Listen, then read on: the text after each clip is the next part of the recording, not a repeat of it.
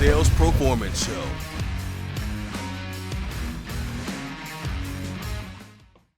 Welcome back to the show, everybody. Excited to be back.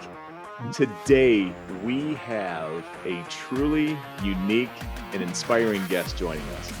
Tony Sandoval, widely known as Coach Sando, has made an extraordinary transition from NCAA football, strength and conditioning, top of his game, to a new performance training technique. Now, check this out. We met, I think about a month ago, and it was not planned by any means. We just started talking. We were actually here in Park City, and I started learning a little bit more about what he does. We just started having casual conversation, and realistically what happened was I was intrigued, and I said, man, I gotta have you on the show. He's revolutionizing the way that individuals are connecting and training their horses and using all the performance techniques and things that he's learned in the past and applying that to his career today. So we're going to go a number of different directions today. And listen, as a business owner in general, there's just things that you have to do day in and day out. We're going to touch on some of the stuff actually we were just talking about here a minute ago. But more importantly, seeing opportunity as you are developing your career is one of the greatest things, and one of the things that we almost miss sometimes. And I really want to dig into that story. So Tony, I want to welcome you to the Sales Proformance Podcast show. Thanks for being here today. Super excited to have you. Dave, thank you for having me. Like you mentioned earlier, what an unusual and casual way to meet someone and to strike up a conversation that led to this podcast today. So I'm super excited to share my story with everyone. Yeah, man. And I see your gym behind you. I got my workout in today at 5:30 in the morning. I'm ready to take on the world myself, brother. So let's rock and roll. But immediately, you and I just connected right away. It's I think the universe kind of just, when people are on the same level, they just kind of start connecting. And this was one of those moments. And I'm glad we did. I'm really glad we did. Yeah, likewise. Yeah. I think you hit the nail on the head when you're searching always for people that are like-minded. Sometimes you run into them, and if you have that open mindset like you do, to be able to just strike up a conversation with this random guy and find it's something that you found interesting. Same for me. Yeah. Beautiful things happen. Yeah, it's funny, man. I feel like I've known you for a while, and we really don't know each other very well. But anyway, it's one of those things. So enjoy it, everybody. Enjoy this show today. So Tony, let's back up. Let's talk about your prior career in NCAA football, strength and conditioning. Let's talk about that story a little bit before we get into the current day of where you are and how that happened. Yeah. So I started off my career as a strength and conditioning coach back in early 2000s. And in the field of strength conditioning, you're battling for just a handful of positions. So you leave graduate school and you think in your head that you're going through this awesome transformation. You're going from a graduate level. Maybe you have this graduate assistantship where you get a taste of training teams and training high-level athletes, to now in the real world, how am I going to get a job? If you think about it, in the country, there's so many colleges have positions to be a strength and conditioning coach. So it's not a position where you apply and then get a call back. Like, it's very, very selective. And I was so fortunate enough to meet people that took a chance on me and gave me my first gigs, and had from that point on a little into the brotherhood of strength and conditioning. And I got my chance first at UCLA. I worked there for a couple of years. Then from there, you always are trying to find the coattail, Dave. Where is my next position? Because you got to think about this profession. You start off, because of the number of positions, at a salary that is dictated by a big business called the universities or colleges. They're a business. Yes. And so they see a low level of supply, but a high demand. They can pay you whatever they want. So as an entry level graduate, and some of us had to pay for our graduate degrees, we weren't given the opportunity to do a graduate assistantship where now the university will pay you in return for labor a chance for an education. Yeah. So I had student loans coming out, and my first job was at $19K for the year, living in Los Angeles.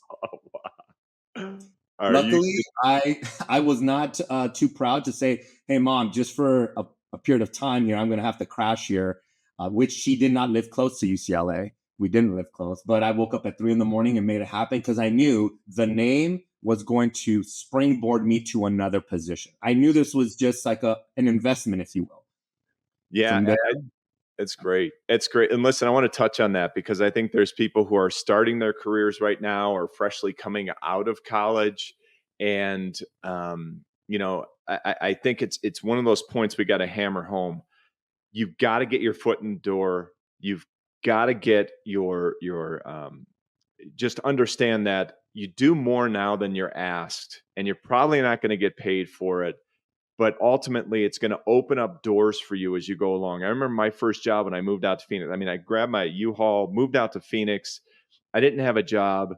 I knew I wanted to be. Actually, I was in the fitness industry myself, and I was working behind a desk in a gym, like making $5.15 an hour. Okay, but then that transitioned into being a trainer, and then that transitioned into a business opportunity. But yes, you just don't know where those are going to lead. And I want to keep on the story, but I really want to hit that point for the people out there, whether you're early in your coming out of school or maybe you're moving into a new career. Sometimes you have to do it. You sacrifice more now to make up more later, and I think it's a great point that you make.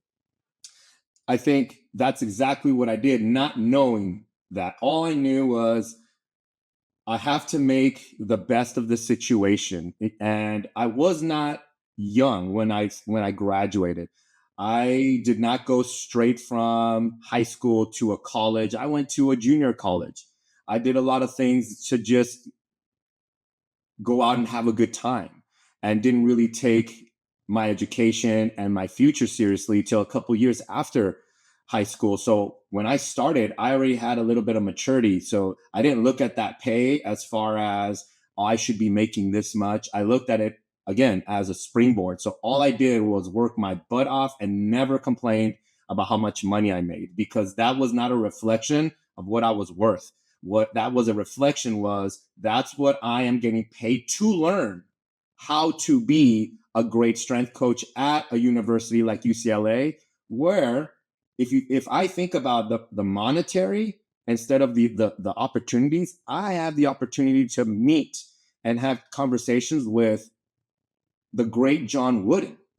Like I had the opportunity to help like people. A lot of NBA players would go into the pavilion, and they, during their off time from the NBA, would go play pickup games, and I'd be passing the ball to like Magic Johnson, Kobe Bryant, like all these guys from the area that would come and play. Like I had the opportunity to just be in there and help them. And I wasn't training, I was just shagging balls, right? But I'm like, RIP Kobe, I'd see him play, and all these guys, and Coach Wooden would just spit his little vast majority of information on me about how to be a man, how to be a professional. And I had at the time I had hair, how to have my hair done right, no beard, I had a collar, a shirt, and hey, button it the way you want to be represented. Not, you're just an assistant, you're a coach, act like a coach. And I was like, he's right. And so I worked my butt off at UCLA, and my boss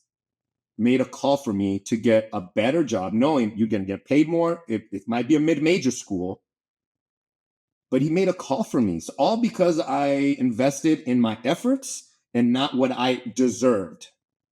Right. So that was how I took the rest of my career, is always making the big time where I was.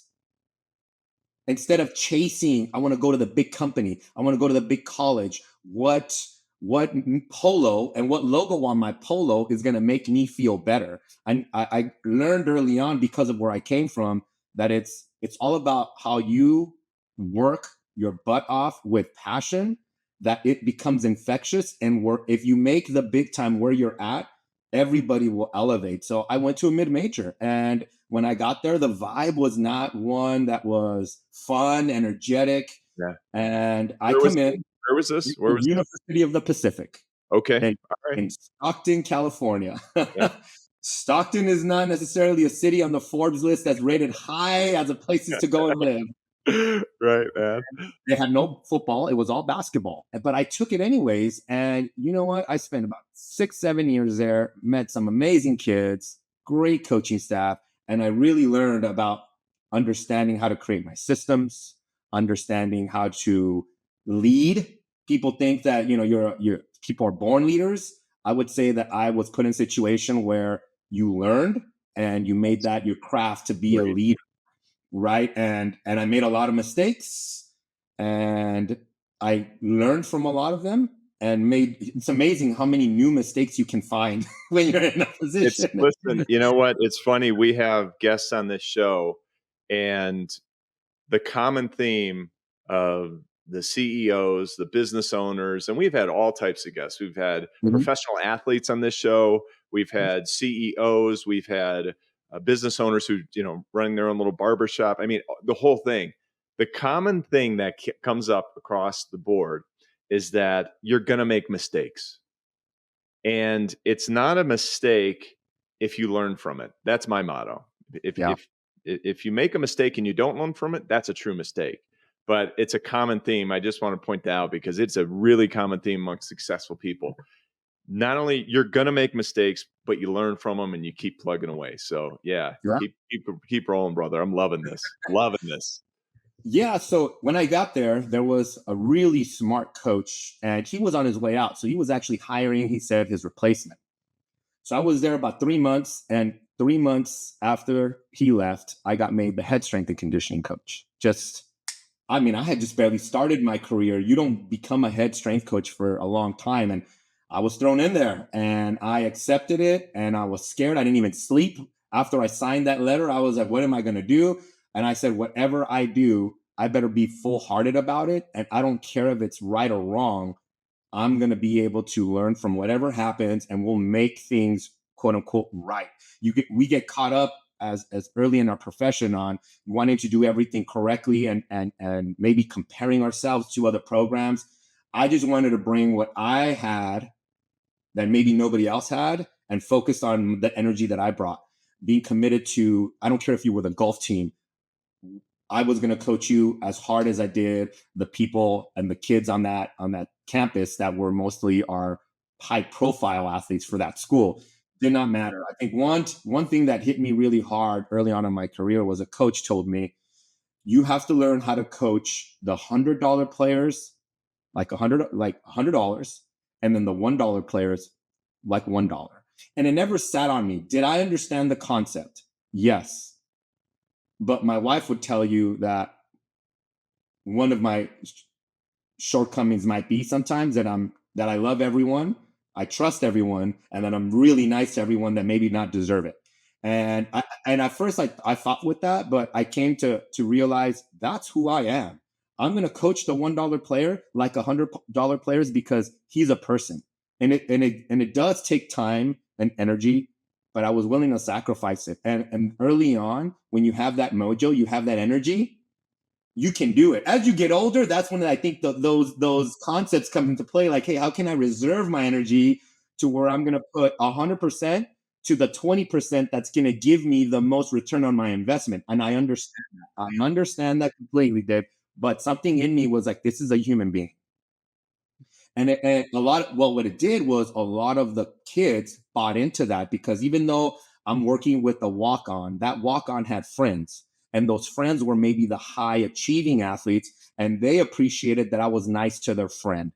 They appreciated that I did well. So guess what? I received buy-in from all of the players because I was nice to everyone. So they actually needed less help from me because they were more enthusiastic to perform better because I was treating everybody the same. And it happened to work out. And I wrote that in my little ledger, like how my days were going. And I wrote that one day when a guy said, "Hey, coach, I really appreciate you working with so-and-so. Yeah, I know he's a walk-on or whatever, and you spend a lot of time. And I just want to know, like, I want you to know, I appreciate that you put a lot of time and effort into him because, he really does try at practice and he doesn't get a lot of attention. He's a walk-on. He shouldn't. But man, you do it different. I appreciate that. I'm gonna work hard for you so that way you don't waste time and energy on me." And I was like, star on that day. Like, I got to remember that because everybody talks about how do you create buy-in in interviews for coaching jobs. So tell me, coach, how do you create buy-in? And you got to know that. It can't be like, well, I have a feel. I had a system. Treat everyone like $100. And nobody knew that. That was an inside thing for me from what a coach told me. But what I had a chance to explain in my system, everybody carries value. It's great. Listen, there's strength in numbers on anything, on any level. And listen, especially on your level, you've seen this. You may have been in programs or seen programs or even heard of programs where they have the best athletes, right? They've got the best athletes, but there's too much individualism and there's not enough buy-in, and it starts top down. And I think that's where what you're talking about here is, you got to lead from the front, and once you get that buy-in, that momentum that starts, whether you're running a business of 5 people or 2 people, or whether you've got a huge corporation of 5,000 people, it's the same thing. It's top-down leadership, organizational alignment. It works on the personal and professional level too, with your families. And I think it's a huge point to really put some emphasis on. And great $100 bills for everybody, right? That's the treatment. That's the treatment. And now I can even word it a little different. It's more about being a servant. Being a leader doesn't mean doing less. It means serving more. But then I was just going off of what my experience was teaching me, which at that point now I got a little reputation for being that coach that could create buy-in. And so I was getting brought onto staffs. My next job was at University of Colorado in Boulder. And my job there, my good friend happened to be the head strength coach, and he brought me on, and he was like the brains of the operation, the X's and O's. He knew so much about everything that had to do with strength and conditioning.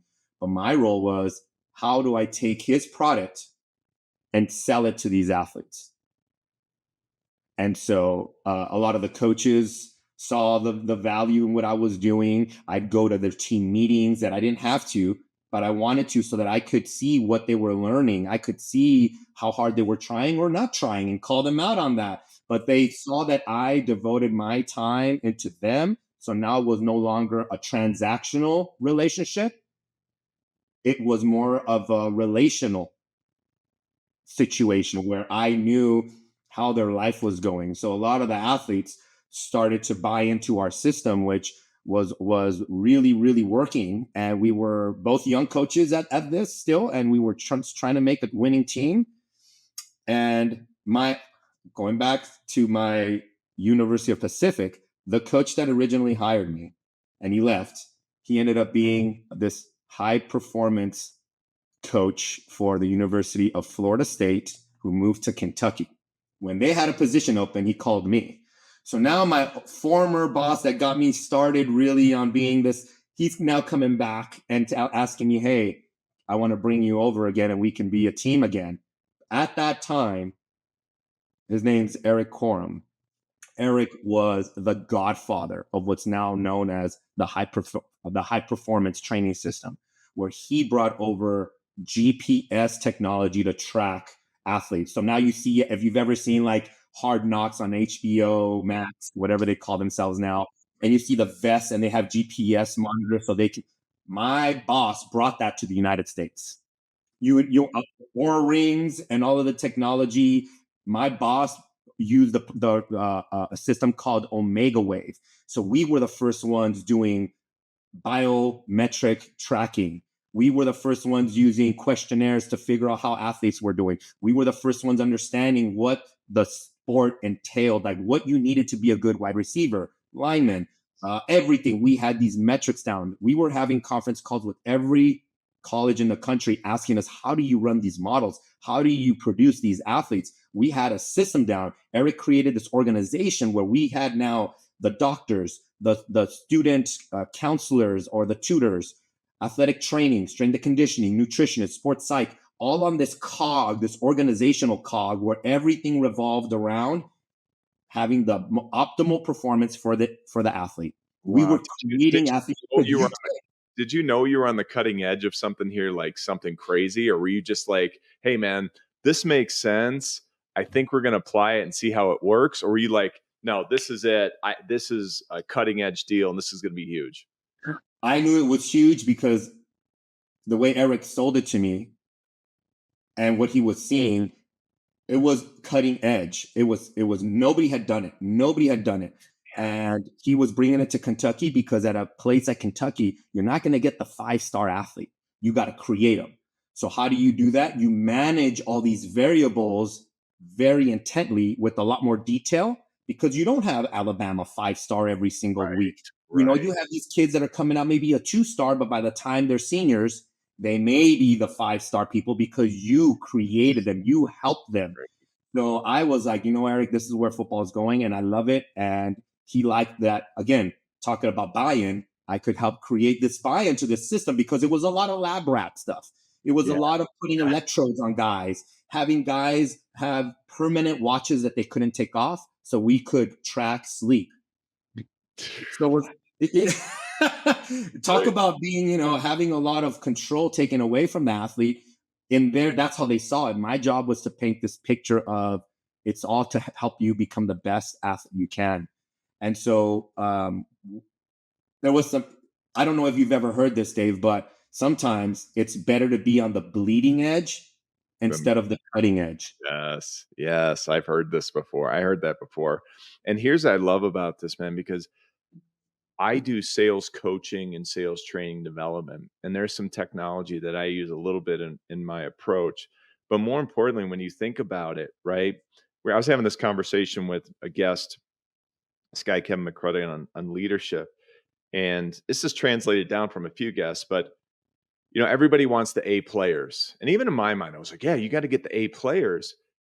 And not necessarily. I do believe you have to have some A players on your team. Okay. But I love the B and C players who want to be A players and you can transition to be A players. Okay. And that's essentially what you're talking about is, listen, we didn't have the 5-star athletes. We had a 2-star, but we were going to make them a 5-star because of our systems and our development. And that's when I really am, you know, press upon the companies where I do sales coaching and sales training. You can't just give people a manual and a book and some product knowledge and say, go out and do it. And then a training here and there. You've got to have a system that can help develop somebody to become an A player or even a strong B player for that matter. And I think it really aligns with, I can really relate to that, what you're talking about here. And I love the strategy. I love that strategy and that idea. So yeah, keep going. I didn't mean to cut in there, but I just want to make that point. That's pretty much what we were doing. And when you become the cutting edge, there are casualties. And unfortunately, we were casualties because it was so new. Sometimes people, when the bullets start flying, revert to what they know. Not what's better, not what could push your team or your company to the next level. They go what's comfortable. Growth comes with pain. And if you are not trusting your systems, your SOPs, your people, most importantly, to help you through those growth areas or those pain areas, it's very difficult to be growth minded. So when the bullets came flying, we weren't trusted. And it's they always say in coaching, it's not if, it's when you get fired. Yeah. What do? You have to have a plan B. And we got let go. We had a great program, Dave. We had everything dialed in. We had great staffing. We were recording everything. One of our doctoral candidates, he did his dissertation on our team. and he wrote a massive dissertation that was eye-opening in a lot of sense about how we were doing things. And now he's, very, very successful at being a high performance manager himself. Yeah. And so, but he saw what we were doing. So there was a lot of value, but the value didn't come at a very cheap price. It came, at the expense of our jobs, and then other people taking what we had created, what Eric had created. I was just helping support staff there, and then trying to make it more user friendly, if you would. So now the user friendly is successful, but we can't forget who started it, and just we didn't know what we didn't know. Yeah. Right. We didn't know. We just were bringing these ideas for in our intent. We did think of everything, but you can only think of everything of what you can actually forecast. But there are so many things that you cannot forecast that the next person that sees how you failed will go, well, I'm not doing that. And then guess what? They become better. That's why sometimes the bleeding edge is a little bit better. Like there is a price to pay. There is a price to pay to be a founder of anything. That's a great point. And I want to make sure that we clip that, because there is a price to pay. And there's one thing that you said earlier that I really want to point out for everybody and our guests and our listeners. When things get hot or uncomfortable, if you don't have strong habits or discipline, you will revert back to the things that you know, which essentially aren't really putting you ahead. They're actually putting you back again. And you're not going to grow as an individual, as a professional. And I am a big believer in that. But to be able to stay the course and follow through, you have to have strong habits and discipline. And how hard was that? So listen, you guys are like, you're onto something, but you just got cut down and you got moved on, probably because of record or something, whatever it is, right? I mean, but it takes time to build that kind of stuff. And unfortunately, the reflection was probably all the record of the university. Now, what are you doing? You're saying, damn, we're like, I know we're onto something. How do you keep plugging through? I believed in my friend Eric because he was brilliant in his ideas. And when we both got let go, he went on and tried to take his skills to the NFL, which he did. And I was stuck going, okay, I know we weren't wrong. I didn't get fired because I did something wrong. If anything, I got fired in my head. This is the way I coped. I got fired because I didn't catch enough touchdowns. Me, it was the record. Right. So I knew that I had something. I was just gonna put it in my pocket, and I didn't know for what. Maybe it was for my next job. And I did get offers for other positions, but at that point, I was reaching a point in my life where I didn't really have a lot to show for what I had done, what I had sacrificed, because I had put all my marbles onto this business venture, if you will. And that's what I'll call it now, because that's what it was. And there was no return on my investment. And so what I started to do was just have an in-between job as a personal trainer, director of personal training at a gym, started learning about business stuff. So it's funny. Where I thought I was just going to be coasting, my brain didn't quit on me as far as like, hey, got to keep learning something. Mm-hmm. So I found myself in these meetings and going, wait, forecasting, ROIs.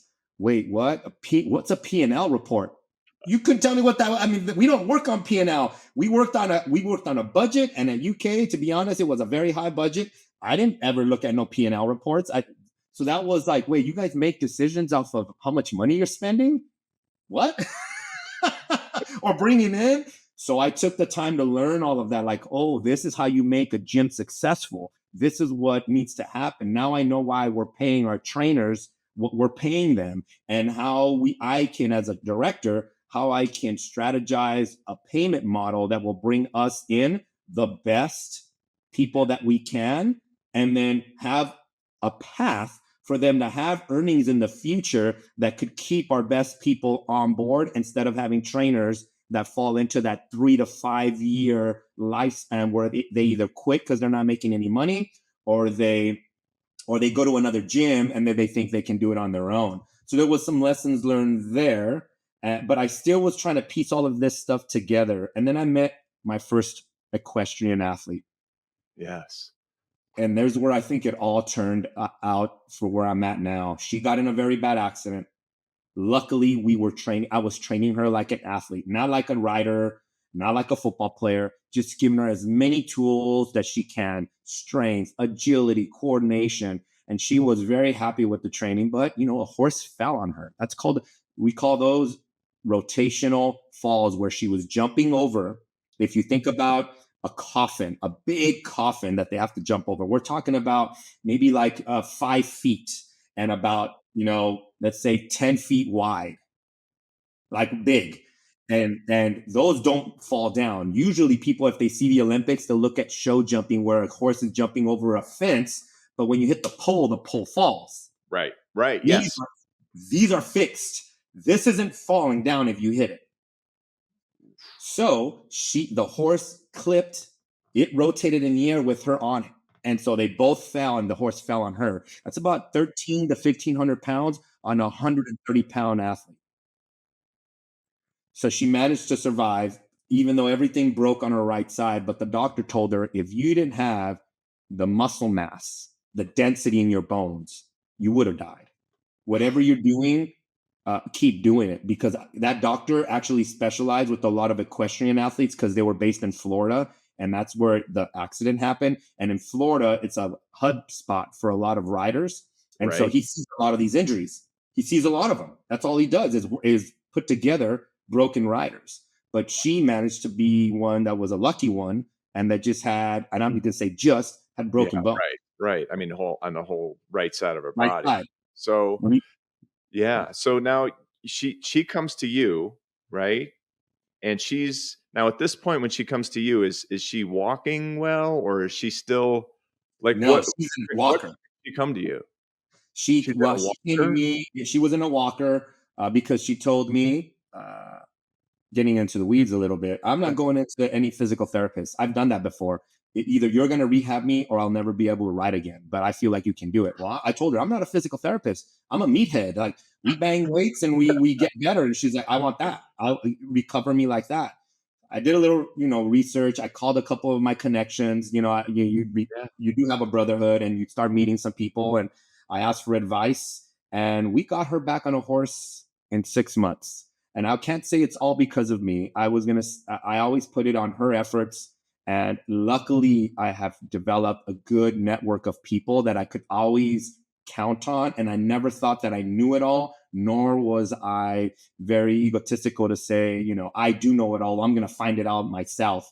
Why? If then I know someone that's a hip specialist that I can call and say, hey, here's what I got. What do you think I can do? So I used my team, per se, my friends, to help me help her. Yeah, and she got back. It's great. I want to cut in here because because I want to make a couple points. All right, because I'm listening to this, and there's people who have to hear this. All right, Tony, people have to hear this. First thing is you transition into as a personal trainer and a personal trainer director, but not only are you going to do that, you're going to learn about the ins and outs of a business. You're going to be a better version of yourself than you were before every time that you do something.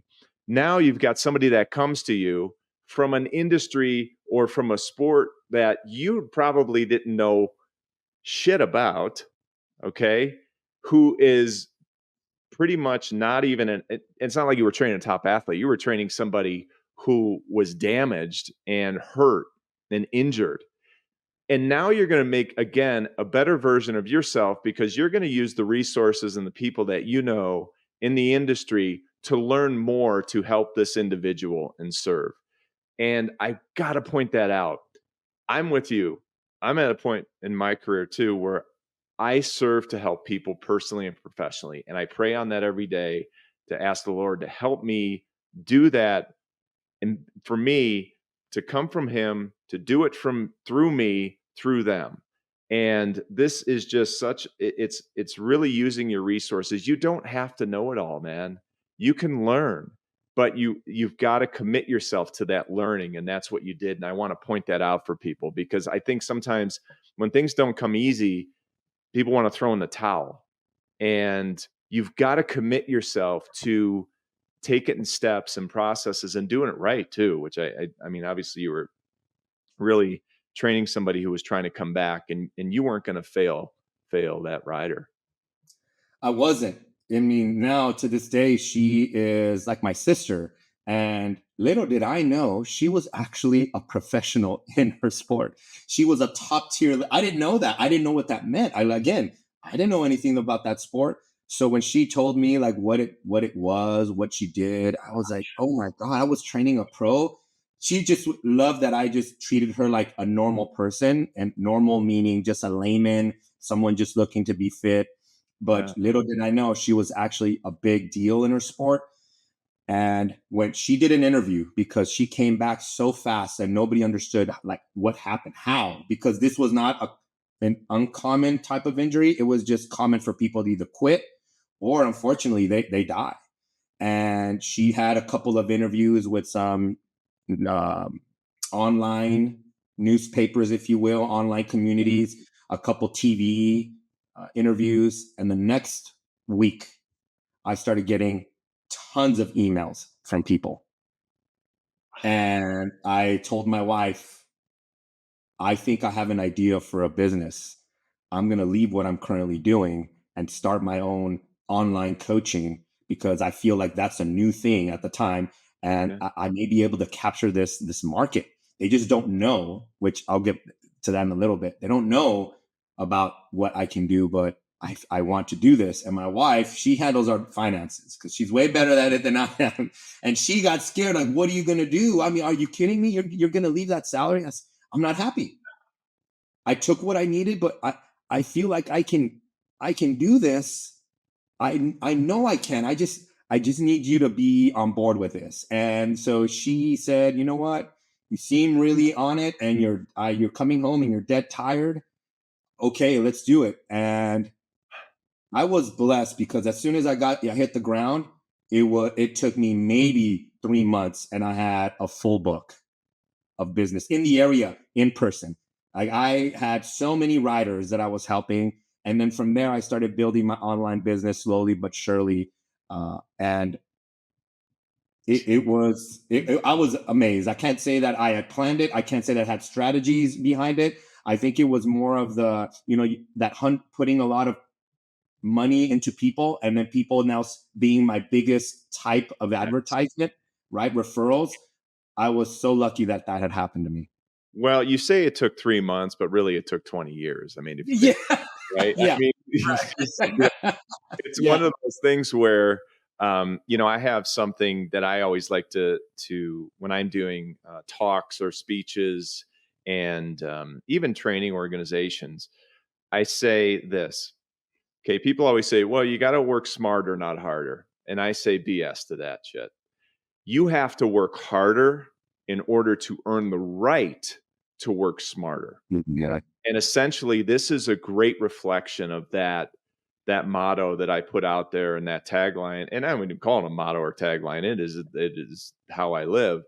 Is sometimes you all those years of working your tail off for 20 years put you in a position to recognize an opportunity and then work smarter, because you put that work, you paid the price to understand how to do that. And that's why your business, it took you 3 months, but it really took you 20 years realistically. But it took you 3 months to make that pivot, because you had the education, you put the work and the sacrifice in for all those other years.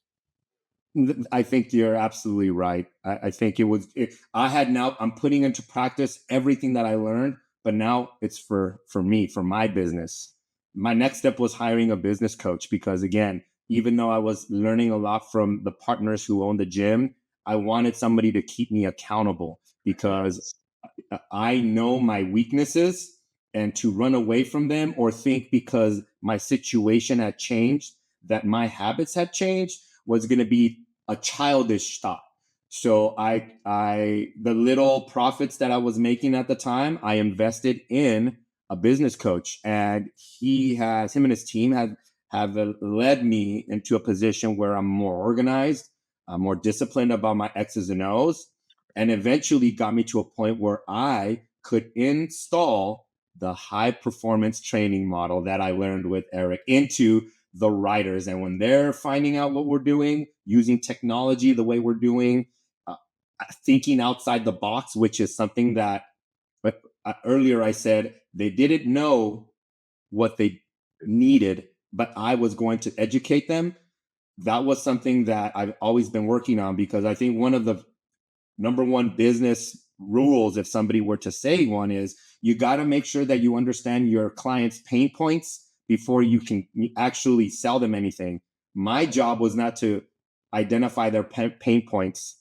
My job was to educate them on the pain points, because it's one thing to identify to them or to find what you think that their pain points are. And it's another one to be the expert and go, I know what they are. They just don't know what they are. So I'm going to educate everyone. So when I'm on other podcasts and I talk to all these equestrian based podcasts, I talk to them in a high level, but I bring it down and going, it's because I'm seeing it from a performance side, and you all are just seeing it from this is my hobby and I just want to be fit side. And every single person in your industry only comes from the experience that they have. And that's just working with layman people for fitness. My background is working with professional athletes. That's a different mindset. And when people understand and what we're doing, now they understand why I'm attacking the pain points that I do, which starts bringing in more interest and more leads and more leads. And now now I get the opportunity to expand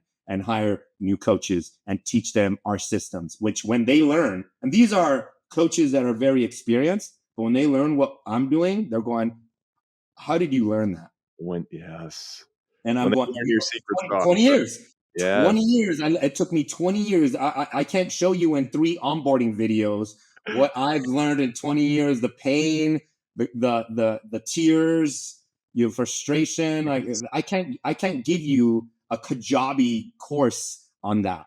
Yep. It's just your secret sauce is not one thing that just there was a light bulb that came off. But you're right. It's 20 years of cultivation, 20 years of reps.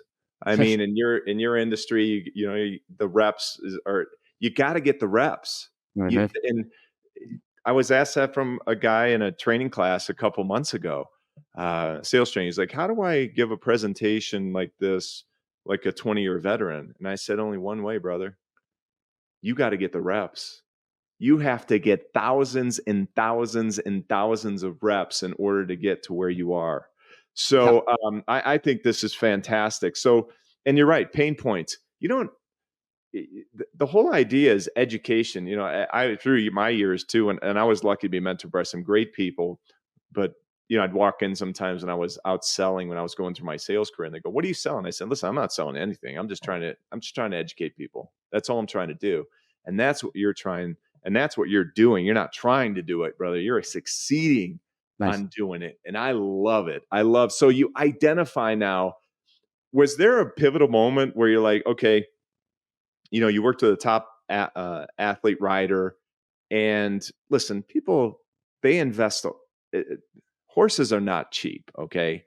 So maintaining them, I live out here in Utah in Park City and Heber City, and I know the investment that it takes.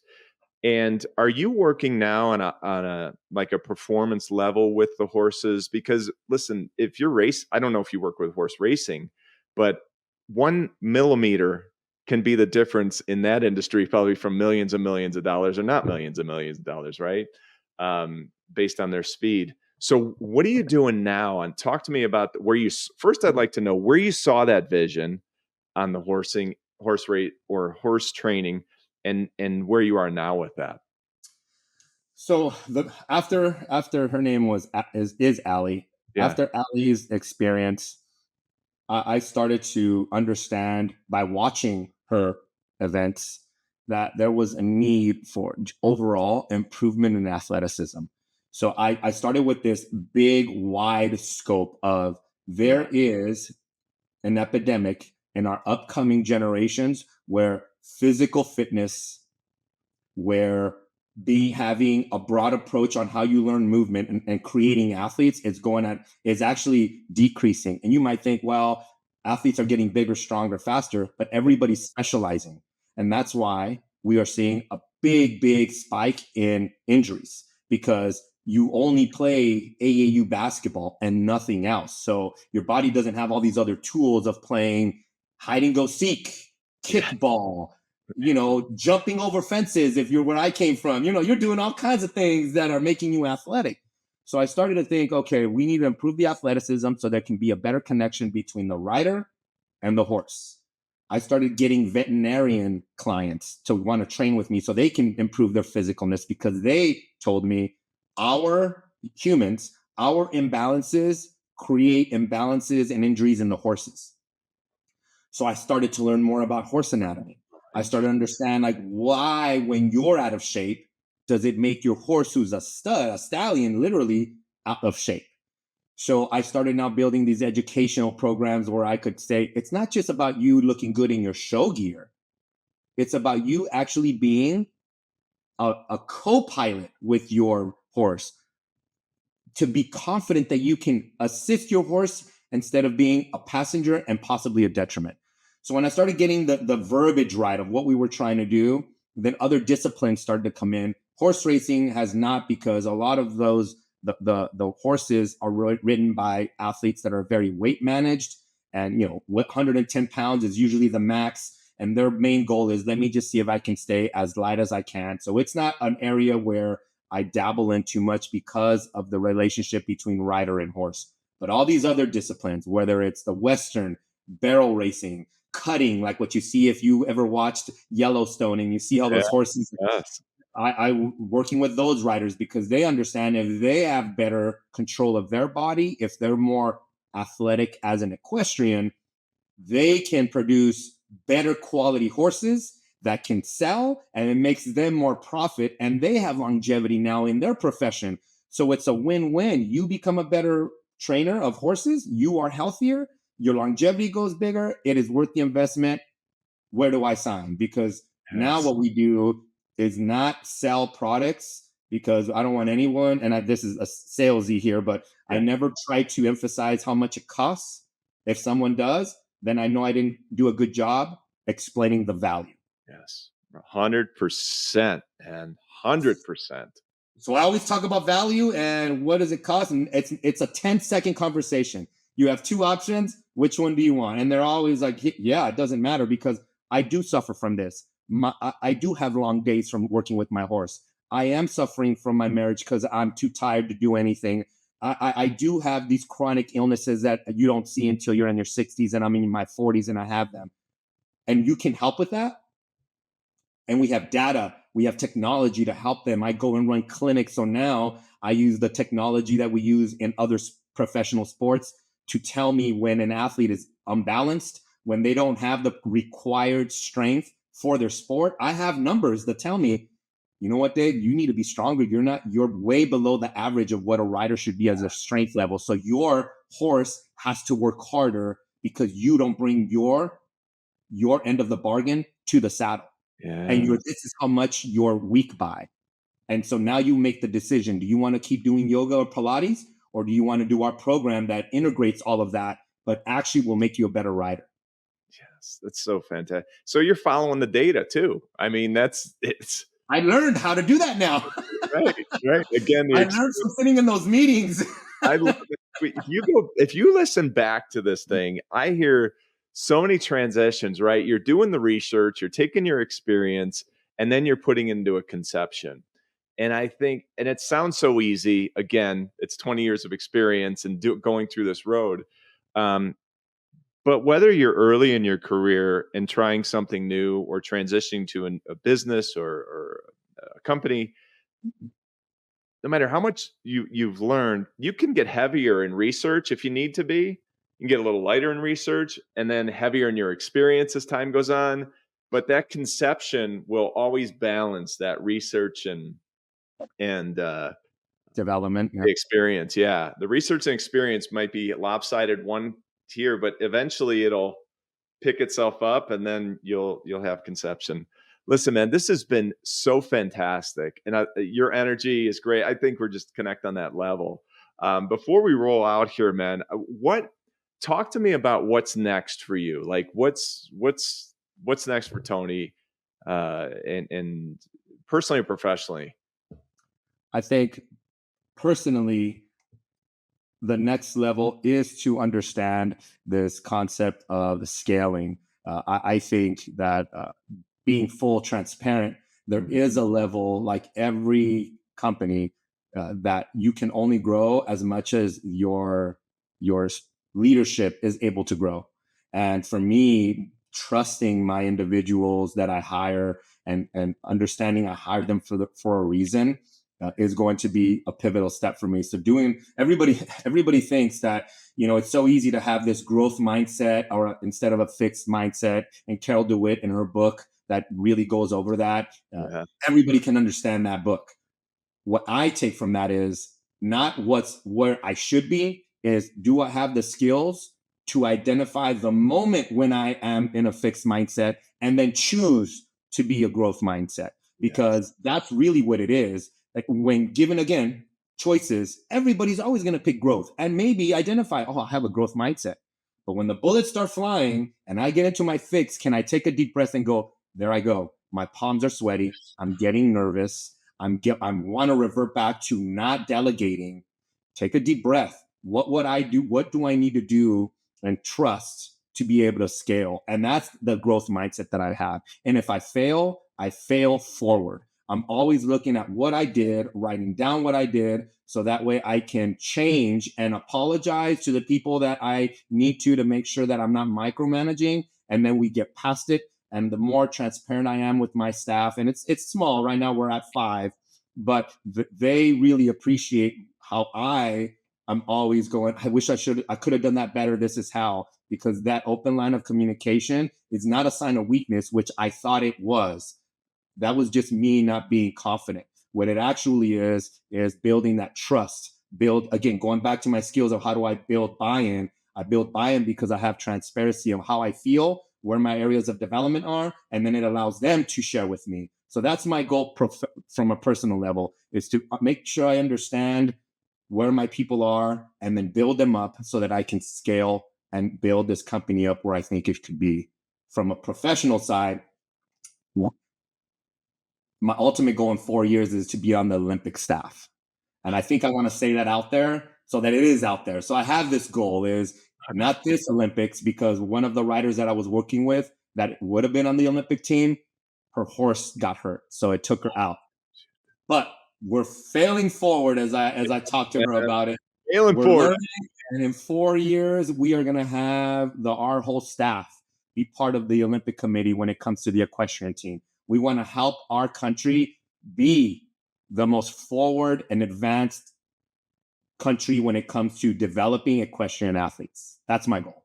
Fantastic. I love those goals. And I'm bought in, brother. I'm bought in with you. So that's it. It's going to happen with you. Listen, Tony, this has been such a great interview. I loved having you on the show. When you're in the Olympics, make sure, if not sooner, we'll have you back on the show and keep some progress going here. I think it was a great story. Where can people find you if they have any questions or want to reach out to you?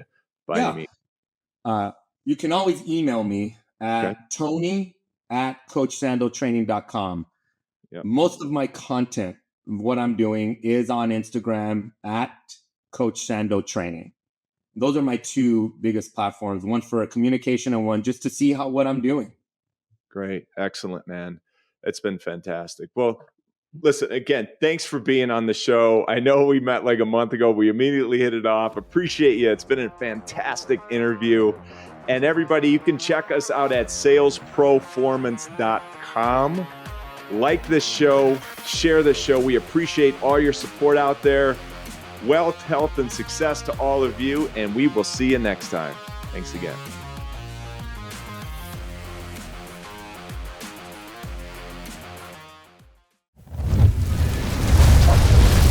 The Sales Proformance Show.